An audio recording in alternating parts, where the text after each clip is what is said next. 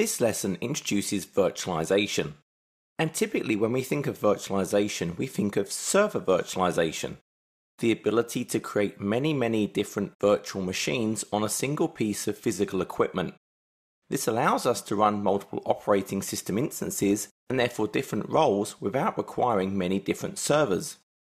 Prior to server virtualization, each operating system and therefore application we ran in our data center required its own physical server, which often led to wasted resources as servers had to be provisioned for their worst case scenario, the time they were busiest, used the most memory, the most CPU, and the most amount of storage. This cost a lot of money for both servers, for licensing, and for data center resources. With virtualization, we create these virtual machines that have their own resources built up from a physical server that can be changed really at any point in that server's lifecycle. This gives us much better utilization of our resources, this is cheaper, and also we can provision these virtual servers much faster than the time it would take to provision a physical server.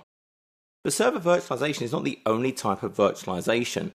Think of virtualization as anything that breaks the bonds between one layer and another.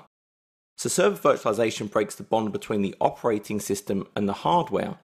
But there is also session virtualization. For example, I may have a desktop and I'm going to run an application that's actually being run on a server in the data center. Perhaps it's not even just a desktop application, perhaps it's an entire desktop environment with my start screen and system tray.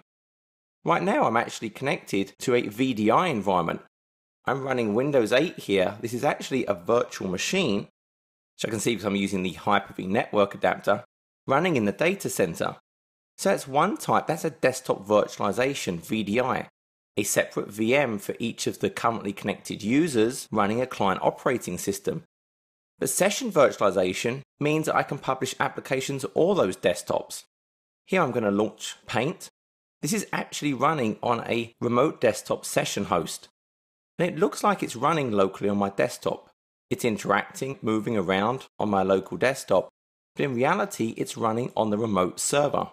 If I look at Task Manager, I can actually see that that remote desktop connection is hosting that Paint resource, which is actually running on my RDS server. If I look at Task Manager and look at my usernames, I'll see John has an instance of MS Paint running, which is then being presented using remote desktop protocols to my local machine.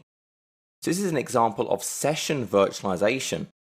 And generally, session virtualization differs from VDI in that VDI, each user is connecting to their own virtual machine that's running a client operating system. So it's fairly heavy from a resource perspective because each user requires a complete VM with its own memory and CPU and a client OS. Session virtualization works by connecting to a server operating system, and then each user has their own session within that shared OS. This means I can get far more users on a single piece of hardware, but the difference is really of one of isolation. With VDI, each user has their own virtual machine, their own operating system, so they can really do whatever they want. They could configure the operating system. It has no effect on other users who are connected to their own virtual machines running its own client operating system. With session virtualization, users are sharing that server operating system instance, but they're in their own session.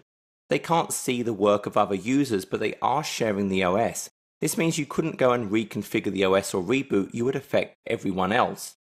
This is why session virtualization is a great fit for task-based workers running line of business applications, Office, Internet Explorer. It has the same look and feel, but a VDI environment really gives a great environment for power users, for developers, people who need to really modify and change that operating system. So we have VDI, we have session virtualization, really desktop virtualization, separating the user's experience, their environment, from the endpoint device they're using. This gives them great mobility and flexibility. Then we have the applications themselves. And while I said this was an example really of session virtualization, really this is an example of application virtualization. I'm separating the execution of the application from the operating system on which I'm using. Now in this example, the application runs on a different machine, but there's also technologies such as App-V. App-V is an application virtualization solution that works by running the application locally on the operating system the user is using, but without installing the actual app. This seems very strange in principle, but essentially AppV allows applications to be sequenced, and that sequencing creates a single package with virtual file system, virtual registry, and other resources that is then streamed down to a client device on demand, and it runs in its own bubble, its own virtualized sandbox, so the application doesn't make any footprint changes on the operating system it's installed on.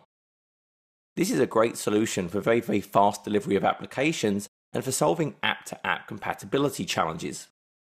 There are other types of virtualization as well. If you think about my user environment, I have my operating system, which could be virtualized with session virtualization or VDI. I have my applications that could be virtualized with AppV or app publishing through remote desktop services. I have my data. My data may be redirected with folder redirection, so no matter what machine I use, I always see my home drive.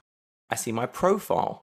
That data is folder redirection and is data virtualization.